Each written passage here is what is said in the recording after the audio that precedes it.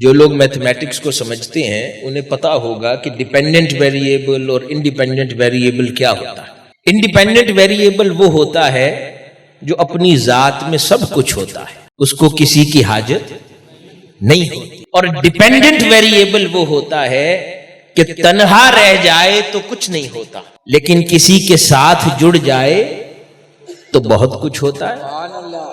اللہ رب العزت نے ہادی تو دو بیان فرما دیے، لیکن کہا ایک ڈیپینڈنٹ ویریبل ہے اور ایک انڈیپینڈنٹ ویریبل ہے۔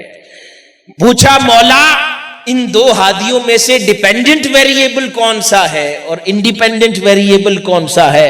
فرمایا رسول اللہ صلی اللہ علیہ وآلہ وسلم کی ذات بابرکات اور ان کی تعلیمات انڈیپینڈنٹ ویریبل ہے، اور جو روح تمہارے اندر رکھی ہے یہ ڈیپینڈنٹ ویریبل ہے۔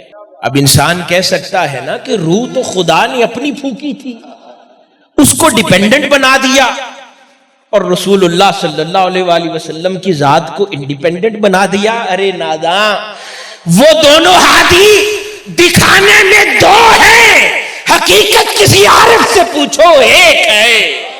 وہاں پر جب خدا نے روح پھونک کر فرشتوں کو کہا سجدے میں گر جاؤ، پوچھا گیا مولا وہ روح تیری تو نہیں، تو کسی انسان میں کیسے سما سکتا ہے؟ خدا نے کہا ہاں وہ روح میری نہیں ہے، مگر کچھ ایسا ہے جس کو مجھ سے نسبت ہے۔ مولا ایسا کیا ہے جس کو تجھ سے نسبت ہے؟ کہا میرا مصطفیٰ ہے صلی اللہ علیہ وآلہ وسلم، وہ روح جسے میں نے ہر ذی شعور کے جسد میں پھونکا ہے وہ میرے مصطفیٰ کا نور ہے۔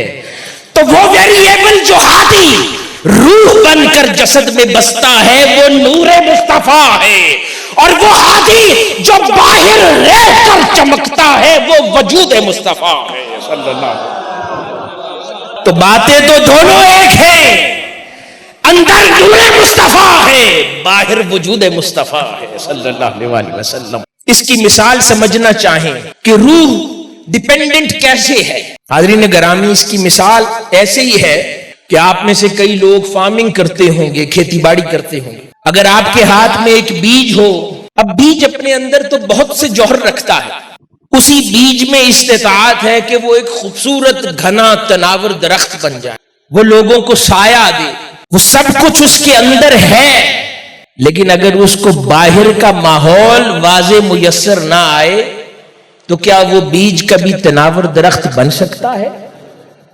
نہیں بن سکتا ہے۔ اس بیج کی تمام تر صلاحیتیں ختم ہو جائیں گی، وہ باہر کے حالات پر ڈیپینڈنٹ ہے۔ وہ بیج اپنے اندر سب کچھ رکھنے کے باوجود بھی باہر کے ماحول پر ڈیپینڈنٹ ہے۔ اسے پانی نہیں ملے گا تو وہ گرو نہیں کرے گا، اس کو کھاد نہیں ملے گی وہ گرو نہیں کرے گا، اس کو اس کے مطلب کا موسم نہیں ملے گا تو وہ گرو نہیں کرے گا، اس کو شفقت اور محبت نہیں ملے گی تو وہ کبھی گرو نہیں کرے گا۔ اب رکھتا تو سب کچھ اپنے اندر تھا مگر ڈیپینڈنٹ تھا۔ جب اس کو وہ باہر کا ماحول میسر آ گیا تو وہ جو اس کے اندر پوشیدہ صلاحیتیں تھیں وہ نکھر کے سامنے آ گئی۔ جب تک وہ بیج درخت بنا نہیں تو کسی نے اسے جانا نہیں، جب وہ درخت بن گیا تو زمانے نے جان لیا۔ جب تک وہ بیج تھا 100 بار کہتے پھرو اس میں یہ بھی ہے یہ بھی ہے، وہ کہیں گے بھائی ایک دانہ سا ہے، اس کی کوئی وقت اہمیت نہیں ہے، جب تک وہ نکھر کے تناور درخت نہ بن جائے۔ اور اسے درخت بناتا کون ہے؟ باہر کا ماحول بناتا ہے۔